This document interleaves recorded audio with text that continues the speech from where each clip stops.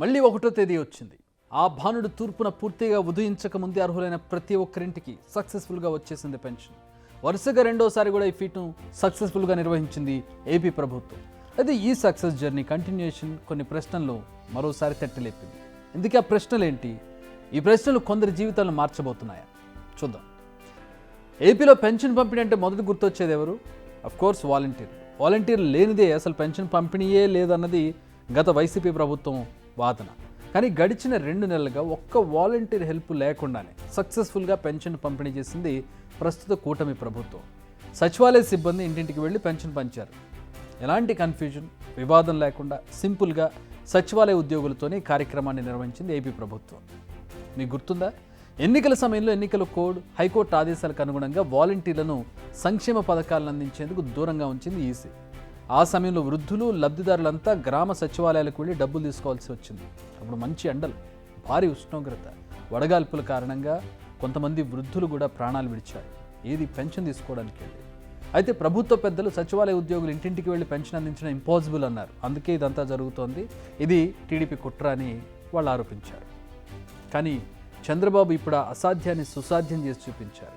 గత నెలలో మే, June, July arrears కలిపి ఏకంగా 7,000 రూపాయలు అందించారు. ఇప్పుడేమో పెంచిన పెన్షన్ ప్రకారం ప్రతి ఒక్క అర్హుడికి 4,000 రూపాయలు అందించారు. మొత్తం 2,700 కోట్ల నిధులను అర్హులకు అందించారు సచివాలయ అధికారులు. గత నెలలో ఇప్పుడు రాష్ట్ర వ్యాప్తంగా 1,25,000 మంది గ్రామ, వార్డు సచివాలయ సిబ్బంది మాత్రమే పెన్షన్ పంపిణీలో పాల్గొన్నారు. ఉన్న వ్యవస్థల్ని సమర్థవంతంగా ఉపయోగించుకొని అటు సచివాలయ ఉద్యోగస్తులు కావచ్చు, ప్రభుత్వ ఉద్యోగస్తులు కావచ్చు, ప్రజాప్రతినిధులు కావచ్చు, దేశంలో ఏ రాష్ట్రంలో కూడా ఇంత సమర్థవంతంగా ఎక్కడ జరగల. ఇవాళ తెలుగుదేశం, జనసేన, బీజేపీ ప్రభుత్వం, కూటమి ప్రభుత్వం చంద్రబాబు గారి నాయకత్వంలో ఒకే రోజులో 60 లక్షల మందికి ఇప్పటికే పింఛన్దారులు డబ్బు వెళ్ళింది. ఇది నభూతో నభవిష్యత్. అంతా బాగానే ఉంది. ఇలా సంక్షేమ పథకాలనే ప్రజలకు అందించడానికి వైసీపీ ప్రభుత్వం వాలంటీర్లను తీసుకొచ్చింది. వారికి అరకొర జీతాలు ఇచ్చి వారి సేవలను వాడుకుంది. వాలంటీర్లు గ్రౌండ్ లెవెల్లో పనులు చేస్తుంటే 5 ఏళ్ల పాటు గ్రామ, వార్డు సచివాలయ సిబ్బంది కార్యాలయాలకే పరిమితమయ్యారు. కానీ ఇప్పుడు టైం మారింది. వాలంటీర్లను ప్రభుత్వం పక్కన పెట్టేసింది. ఒక్క వాలంటీర్ సేవను కూడా ఉపయోగించుకోకుండానే పనులు చక్కబెట్టేసింది. వాలంటీర్లు లేకపోతే పెన్షన్ల పంపిణీ జరగదని విమర్శించిన వైసీపీ నేతలకు మూతోడు జవాబిచ్చింది ప్రస్తుత ప్రభుత్వం. మరి ఇప్పుడు వాలంటీర్ల భవిష్యత్తు ఏంటి? ఇది ఒక ప్రశ్న. వారి సేవలను ప్రభుత్వం ఏ విధంగా వినియోగించుకోబోతోంది? తీయమని చెప్పేసింది. వాళ్ళకి జీతాలు కూడా పెంచుతామని చెప్పి హామీ ఇచ్చింది ఎలక్షన్ ముందు టీడీపీ. మరి ఇప్పుడు వాళ్ళకి ఎట్లాంటి హామీ ఇవ్వబోతున్నారు? వారికి ఇచ్చే జీతాలను 10,000కు పెంచుతామని చెప్పి హామీ ఇచ్చారు. వారి సేవల్ని వినియోగించుకోవడం లేదు ప్రస్తుతం. కానీ ప్రభుత్వం ఇప్పుడు కూడా అదే మాట చెబుతోంది. వాలంటీర్ల సేవలను ఖచ్చితంగా ఉపయోగించుకుంటాం, కానీ మరో విధంగా.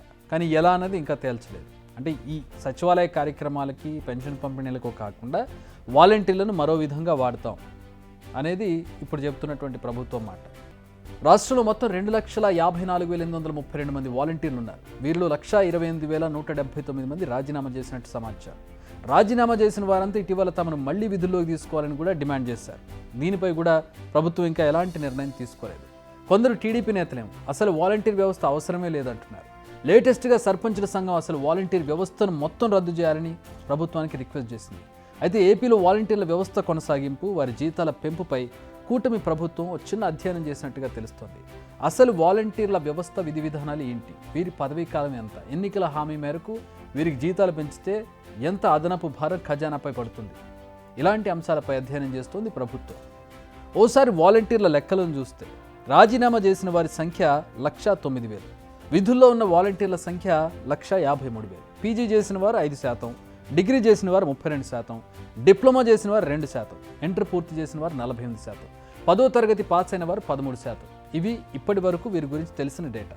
వీరందరికీ స్కిల్ డెవలప్మెంట్ కింద శిక్షణ ఇవ్వాలన్న ఆలోచన అయితే ప్రస్తుతం ఏపీ ప్రభుత్వం వద్ద ఉంది. అయితే ఎన్నికల హామీ ప్రకారం ప్రస్తుతం ఉన్న వాలంటీర్లకు జీతాన్ని 5,000 నుంచి 10,000కు పెంచాలి. అలా పెంచితే ఏటా 1,848 కోట్ల ఖర్చు అవుతుందనేది అధికారుల అంచనా. ప్రస్తుతం ఏపీ ఉన్న ఆర్థిక పరిస్థితిలో అలా చేస్తే ఓ సాహసం అని చెప్పాలి. అసలు వారి సేవలను ఎలా వినియోగించుకోవాలనేది ఇంకా తేలలేదు. సేవలు చేయించుకోకుండా జీతాలు పెంచి మరీ ఎలా ఇస్తారనేది మరో డౌట్.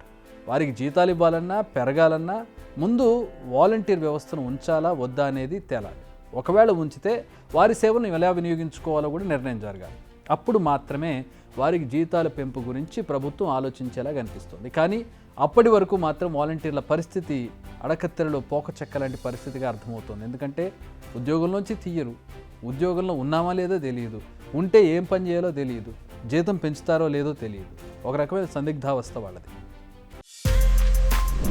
బిగ్ టీవీ అవుట్లుక్ కథనాలు నచ్చితే వెంటనే బిగ్ టీవీ ఛానల్ ను సబ్స్క్రైబ్ చేయండి.